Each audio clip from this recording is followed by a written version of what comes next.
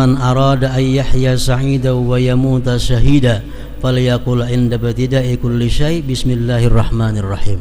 Siapa yang hidupnya beruntung, siapa yang ingin hidup beruntung, ingin mati digulungkan dengan syuhada, orang-orang yang syahid fisabilillah, maka hendaklah dia mengata tiap-tiap kali memulai sesuatu yang baik. Bismillahirrahmanirrahim. Alhamdulillahilladzi nazzala ala nabiyyina sab'al mathani wal qur'anal azim alladzi yufraqu fihi kullu amrin hakim. Ashhadu an la ilaha illallah wahdahu la syarika lah al-ghaffarul halim. Wa ashhadu anna sayyidana Muhammadan abduhu wa rasuluhu ar-raufur rahim.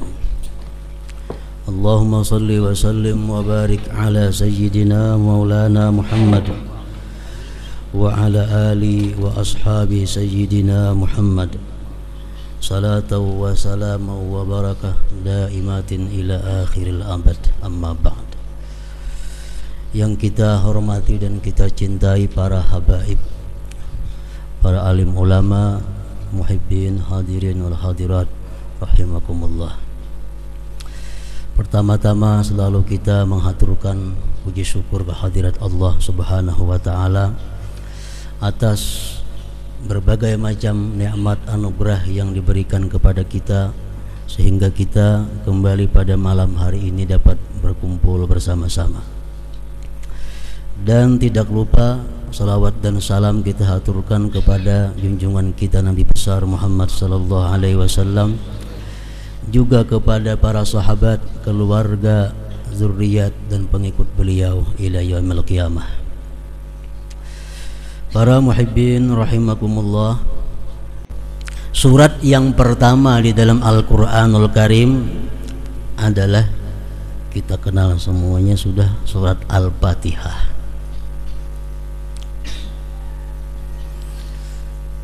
Ada beberapa macam nama surat Al-Fatihah ini. Yang pertama namanya Fatihah. Kenapa diarti Fatihah? Fatihah artinya pembuka. Karena bila kita buka Quran, otomatis kita pertama menjumpai suratul Fatihah. Nah, Fatihah artinya pembuka, Fatihatul Kitab atau Fatihatul Quran. Yang kedua, Fatihah itu bisa dinamakan juga dengan Ummul Quran. Nah, biasa kita sebut membacakan Ummul Quran. Ya pertoko rajin ada kalau marilah bersama-sama kita membacakan Ummul Quran. Nah, surat Al-Fatihah. Al-Fatihah disebut Ummul Quran. Artinya ibu Al-Quran atau induk Al-Quran. Kenapa Fatihah itu disebut sebagaimana ibunya Al-Quran, induknya Al-Quran? Karena menurut para ulama, seluruh isi Al-Quran itu dari awal sampai akhir tergambar di dalam surat Al-Fatihah, sehingga disebut Fatihah itu induknya Al-Quran. Al-Quran membicarakan tentang Allah. Al-Quran membicarakan tentang puji-pujian kepada Allah. Itu terkandung di dalam alhamdulillah. Al-Quran membicarakan makhluk. Al-Quran membicarakan langit, laut, surga, neraka, jin, manusia, binatang, secukupnya ada dalam Quran makhluk Allah. Itu tergambar dalam kalimat Rabbil Alamin, Tuhan semesta alam.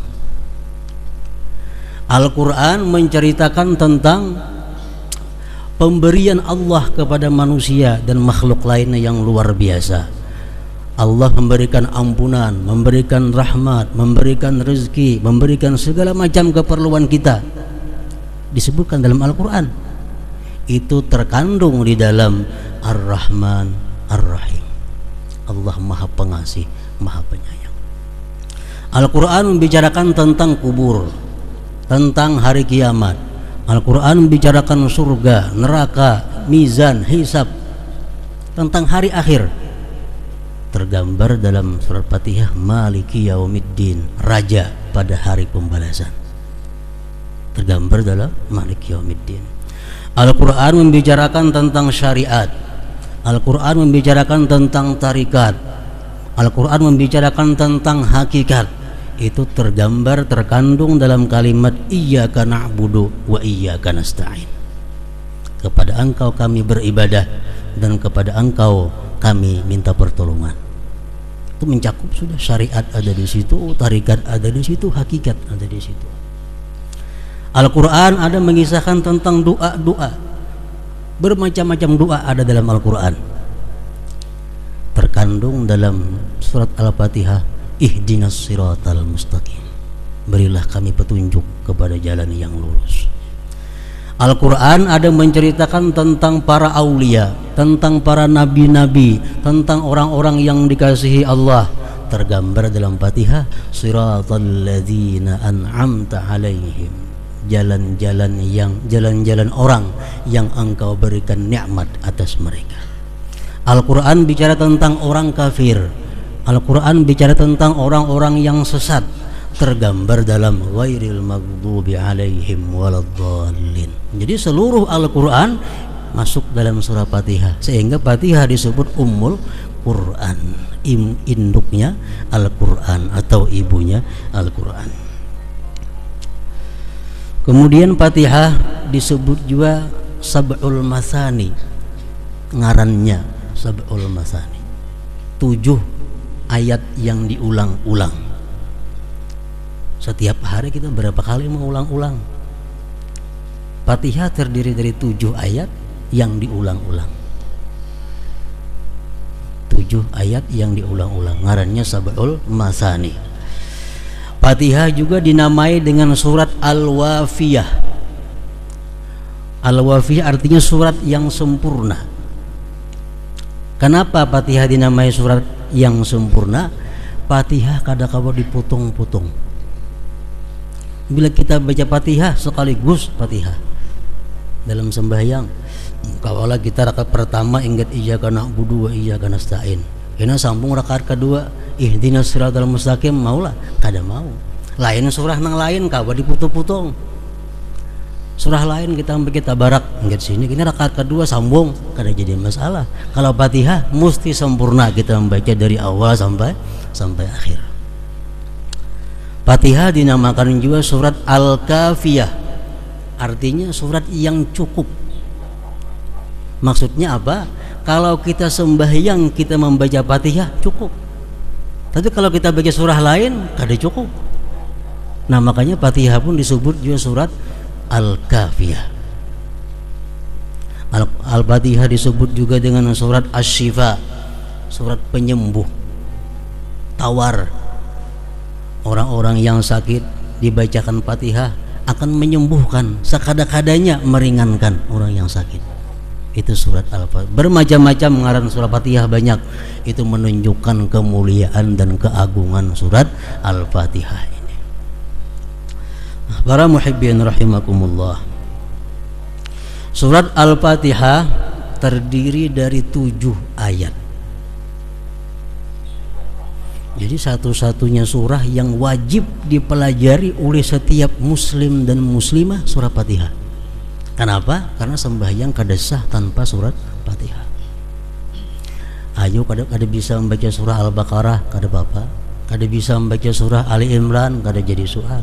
Tapi kalau membaca surah Fatihah mesti bisa setiap orang muslim dan muslimah. Surat Fatihah terdiri 7 ayat dan 156 huruf. Dihitung dengan tasdid-tasdidnya, dihitung dengan ba'alif maliki yaumiddin 156. Ada yang menghitung 155 karena maliknya kada panjang. Maliki yaumiddin itu boleh 2.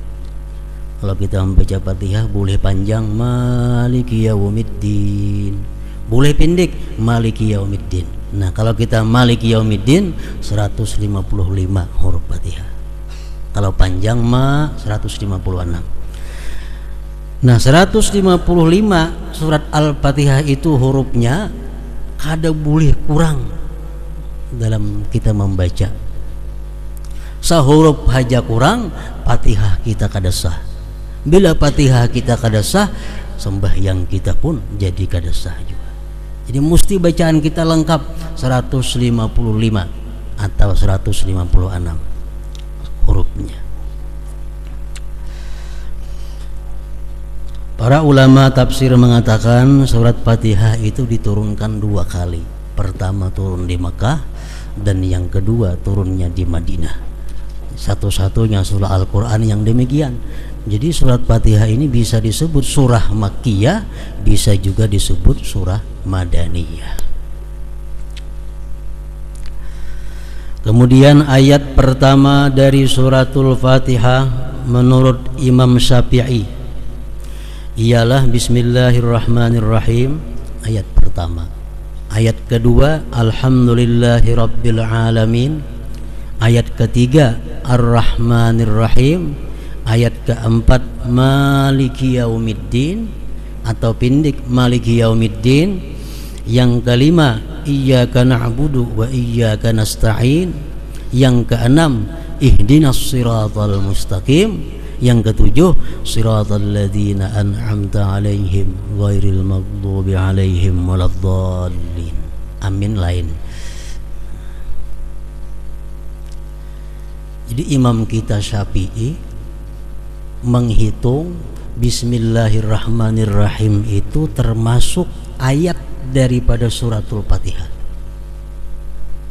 Oleh karena itu beliau mewajibkan kalau kita membaca Fatihah pemulaannya mesti Bismillahirrahmanirrahim. Dan kita baca benyaring bila sembahyang benyaring, baca begimit bila sembahyang gimit. Maghrib, Isya, subuh kita baca Fatihah benyaring bismillahnya, Bismillahirrahmanirrahim, sama dengan yang lainnya. Karena bismillah ayat daripada Fatihah. Itu imam kita Syafi'i.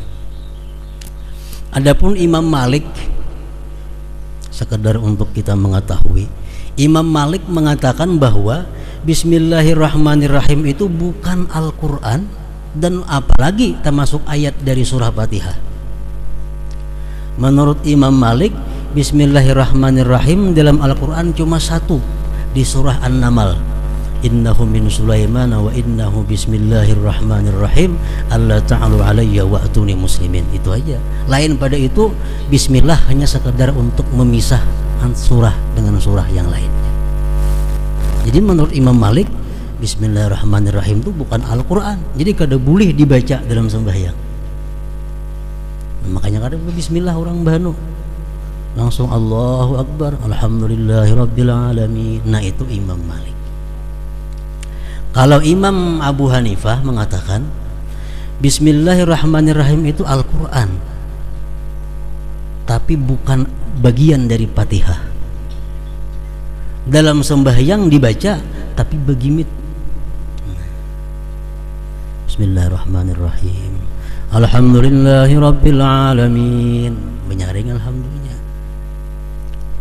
Bukan ayat dari Fatihah, tapi Al-Quran juga bukan ayat dari Fatihah, dibaca begimit. Kalau mazhab Hambali mengatakan bahwa Bismillahirrahmanirrahim itu ayat daripada Fatihah juga, tapi dibaca begimit. Alhamdulillah mulai benyaring. Nah, kalau kita keluar negeri misal, kita melihat mendengar imam macam itu, mungkin berlainan mazhab dengan mazhab kita. Nah, jadi masalah kayak apa andai kata kita mau ikut imam, nah imamnya kata bismillah. Bisa kita berjalan ke daerah mana nang orangnya itu mazhab Malik.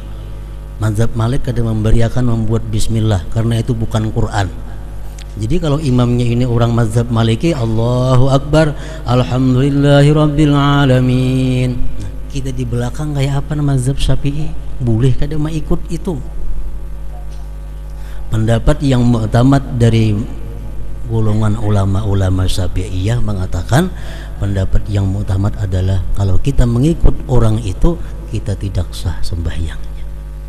Kenapa? Karena Fatihahnya kurang seayat. Kada bismillah. Pendapat yang kedua dari mazhab kita Syafi'i mengatakan kita sah aja mengikut orang yang sembahyang meninggal bismillah itu. Nah, terserah aja lagi.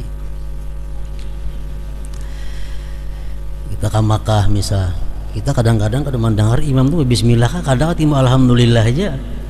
Nah, kada usah kita basing sembahyang, biarlah umat berjamaah, sebab ada aja ulama yang membolehkan demikian itu. Para muhibbin rahimakumullah. Jadi ayat yang pertama daripada Fatihah itu Bismillahirrahmanirrahim. Artinya tahu semuaan sudah, dengan nama Allah yang Maha Pengasih, Maha Penyayang. Dalam kitab Nahwu, setiap kali huruf jar bi itu mesti ada ta'alluqnya, hubungannya dengan nama Allah yang Maha Pengasih lagi Penyayang. Akra'u, aku membaca. Atau dengan nama Allah yang Maha Pengasih lagi Penyayang, abtadi'u, aku mulai. Kalau kita hendak makan, Bismillahirrahmanirrahim, dengan nama Allah yang Maha Pengasih Maha Penyayang, aku makan. Kalau kita hendak minum, Bismillahirrahmanirrahim, asyrabu, dengan nama Allah Maha Pengasih Maha Penyayang, aku minum. Nah, jadi ada kalimat yang dibuang. Jadi waktu kita membaca Bismillahirrahmanirrahim, dalam hati kita dengan nama Allah yang Maha Pengasih, akra'u, aku membaca ini kalam Allah Subhanahu wa ta'ala. Artinya kita ini bisa membaca, kita ini bisa berdiri, kita ini bisa sembahyang dengan nama Allah yang Maha Pengasih lagi Maha Penyayang. Nah, itu Bismillahirrahmanirrahim. Mengenai Bismillahirrahmanirrahim ini banyak sabda-sabda Rasulullah yang menerangkan tentang Bismillahirrahmanirrahim, mulai dari hadis yang kualitasnya sahih sampai yang dhaif. Rasul bersabda, kullu amrin dzibalin la yubda'u fihi bi Bismillahirrahmanirrahim fahuwa abtar. Tiap-tiap sesuatu perkara yang mulia yang tidak dimulai dengan Bismillahirrahmanirrahim, maka perkara itu akan kurang berkah. Kita makan, kita kada bismillah, makanan kita kurang berkah. Kita minum, kita kada Bismillahirrahmanirrahim, minuman kita kurang berkah. Tiap-tiap perkara yang mulia yang tidak dimulai dengan Bismillahirrahmanirrahim, maka itu kurang berkahnya, kurang kebaikannya artinya. Hadis beliau lagi mengatakan, man arada ay yahya sa'ida wa yamuta syahida falyaqul inda batida'i kulli syai Bismillahirrahmanirrahim. Siapa yang hidupnya beruntung, siapa yang ingin hidup beruntung, ingin mati digulungkan dengan syuhada, orang-orang yang syahid fisabilillah, maka hendaklah dia mengata tiap-tiap kali memulai sesuatu yang baik dengan Bismillahirrahmanirrahim. Rasulullah bersabda lagi, idza qala al-'abdu Bismillahirrahmanirrahim qalatil jannah Allahumma wasa'daik inna 'abdaka fulan qala Bismillahirrahmanirrahim Allahumma zahzihhu 'anil nar wa adkhilhul jannah. Bila kita mengucap Bismillahirrahmanirrahim, surga berkata, ujar surga, wahai Tuhan, hamba engkau Fulan bin Fulan mengucap Bismillahirrahmanirrahim, jauhkan dia daripada api neraka dan masukkan dia padaku. Setiap kali kita mengucap Bismillahirrahmanirrahim. Nah, jadi Bismillahirrahmanirrahim ini adalah permulaan tiap-tiap sesuatu yang baik. Quran dimulai dengan surah Fatihah, Fatihah dimulai dengan Bismillahirrahmanirrahim. Namun ujar para ulama mengatakan, kada semua sesuatu baik dimulai dengan Bismillahirrahmanirrahim. Jadi kita mesti belajar juga, karena ada hal-hal yang di situ kita kada baik membaca Bismillahirrahmanirrahim. Lalu oleh ulama fikih dibagi 4 hukum, bahkan ada yang mengatakan sampai 5 hukum tentang mengucap Bismillahirrahmanirrahim ini. Pertama, mengucap bismillahirrahmanirrahim hukumnya wajib ketika sembahyang. Membaca surat Fatihah ada bismillahirrahmanirrahim, itu wajib. Yang kedua, membaca bismillahirrahmanirrahim sunat ketika kita hendak berwudu, hendak mandi, hendak makan, hendak minum, bismillahirrahmanirrahim, itu sunat. Ada lagi hukumnya membaca bismillahirrahmanirrahim itu makruh. Nah, baca bismillah makruh. Contohnya kayak apa? Oleh ulama fikih dicontohkan seperti orang yang hendak melihati kemaluannya sendiri. Hendak melihati kemaluan, bismillahirrahmanirrahim. Nah, makruh itu. Makruh. Kenapa? Karena itu ada perkara yang mulia. Kullu zibalin, bukan. Ada lagi membaca bismillahirrahmanirrahim itu hukumnya haram. Seperti orang yang ingin melakukan zina, seperti orang yang ingin minum arak, bismillah umpamanya. Nah, seperti orang yang ingin mencuri dan sebagainya, hal-hal yang diharamkan, hal-hal yang maksiat bila dimulai dengan bismillah menambahi dosanya. Karena mengucap bismillah pada waktu itu adalah hukumnya haram. Jadi ada 4 hukum. Membaca bismillahirrahmanirrahim itu ada yang wajib, ada yang sunat, ada yang makruh, ada yang haram. Menurut satu pendapat lagi ini dhaif, ada juga boleh, mubah. Membaca bismillah itu mubah. Seperti kita nak mencelup sandal, bismillahirrahmanirrahim. Nah, itu boleh aja, tapi kalau disunatkan, kalau disuruh. Nah, bismillahirrahmanirrahim ini apabila dalam keadaan tertentu itu bisa dirubah ar-rahmanirrahimnya, bismillahnya tetap menyesuaikan dengan keadaan yang dihadapi oleh kita.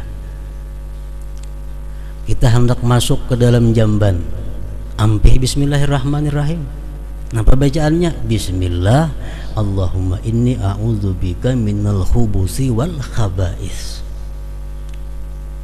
Jangan bismillahirrahmanirrahim, karena sunnah mengatakan demikian. Bismillah, Allahumma inni a'udzubika, ya Allah aku berlindung dengan engkau, minal khubusi wal khaba'is, dari setan laki-laki dan setan-setan perempuan. Hanya kita masuk ke dalam jamban, bismillah. Apa gunanya kita mengucap bismillah itu hendak masuk ke dalam jamban? Imam Ali bin Abi Thalib karramallahu wajhah mengatakan, pendinding antara syaitan jin dengan aurat kita adalah bismillah itu. Syaitan ada laki-laki, ada syaitan bini-bini. Kalau kita masuk ke dalam jamban, kita kada bismillah, syaitan tertawaan. Kenapa? Ini melihat jelas aurat kita. Nah, dalam jamban kita membuka aurat. Kalau laki-laki, syaitan bebinian nang mehentipakan. Nah, makanya berlindung dari syaitan laki-laki dan syaitan perempuan. Nah, jadi kalau bini-bini nang masuk ke jamban kada bacaan itu, syaitan lakiannya berkiawan lawan kawannya. Nah, jadi ujar Sayyidina Ali, pelindung antara mata-mata syaitan dengan aurat itu adalah bismillah. Amunnya kada hafal bismillah sekurang-kurangnya, bismillah hanya masuk ke dalam jamban. Jangan dalam jambannya, masih di luar jamban membaca bismillah itu. Bismillah, Allahumma inni a'udzubika minal khubuthi wal khaba'is. Nah, dirubah sudah, jangan bismillahirrahmanirrahim lagi. Waktu kita hendak bersetubuh, disunatkan oleh agama, dipraktikkan oleh Rasulullah, kita membaca bismillah, tapi jangan lagi bismillahirrahmanirrahim. Bismillah, Allahumma jannibna syaitan wa jannibi syaitan ma razaqtana. Ini sunat kifayah. Bila laki-laki sudah membaca, nang bini biar kada apa-apa. Bila nang bini membaca, nang laki kada apa-apa, kada usah. Karena itu kalau kedua-duanya baik lagi. Cuma kada bismillahirrahmanirrahim, bismillahnya aja dipakai, disambung lawan keadaan doa yang cocok untuk itu. Apa gunanya orang yang hendak bersetubuh itu membaca bismillah sampai seterusnya tadi? Hadis Rasulullah mengatakan yang ditafsirkan oleh para ulama, pertama gunanya, kalau orang bersetubuh itu membaca bismillah sampai habis tadi, dia terhindar daripada syaitan. Karena syaitan itu kalau kita berhubungan dengan istri, syaitan itu duduk di ujung kemaluan kita. Nah, jadi andai kata itu nantinya menjadi anak, anak ini ada saham dari syaitan. Ada saham dari syaitan. Makanya anak nang ada karuan tampuh kelakuannya macam syaitan. Itu mungkin waktu itu kada membaca bismillah, Allahumma jannibna syaitan wa jannibis syaitan ma razaqtana. Pertama itu. Yang kedua, andai kata itu nantinya dijadikan oleh Allah anak, maka anak ini akan selamat daripada murtad. Anak ini akan selamat daripada kafir. Dua. Yang ketiga, andai kata itu ditakdirkan menjadi anak, maka ditulis kebajikan kepada orang tuanya itu sebilangan napas ini anak sampainya mati. Nah, berapa napas? Kekanakan sampai tua. Setiap kali inya napas, kuitannya dapat pahala. Kenapa? Karena waktu itu membaca bismillah, Allahumma jannibna syaitan wa jannibis syaitan ma razaqtana. Yang keempat, bila kita membaca itu sampai kita mandi janabah, ditulis kebaikan. Misal kita sejam, 2 jam hanya mandi janabah, 2 jam itu ditulis sebagai kebaikan. Nah, ini untungnya orang yang mengamalkan sunnah Rasulullah Sallallahu Alaihi Wasallam. Cuma jangan lagi Bismillahirrahmanirrahim bacaannya, Bismillah Allahumma ila akhir sampai akhir tadi. Nah, kemudian orang hendak berkendaraan, kada lagi Bismillahirrahmanirrahim, cukup dengan Bismillah walhamdulillah. Bismillah walhamdulillah, naik kendaraan. Setiap langkah kuda nang kita tunggang dicatat amal kebaikan untuk kita. Orang dahulu kuda, wah ini mungkin setiap gulungan ban itu kita dapat kebaikan karena kita kendaraan.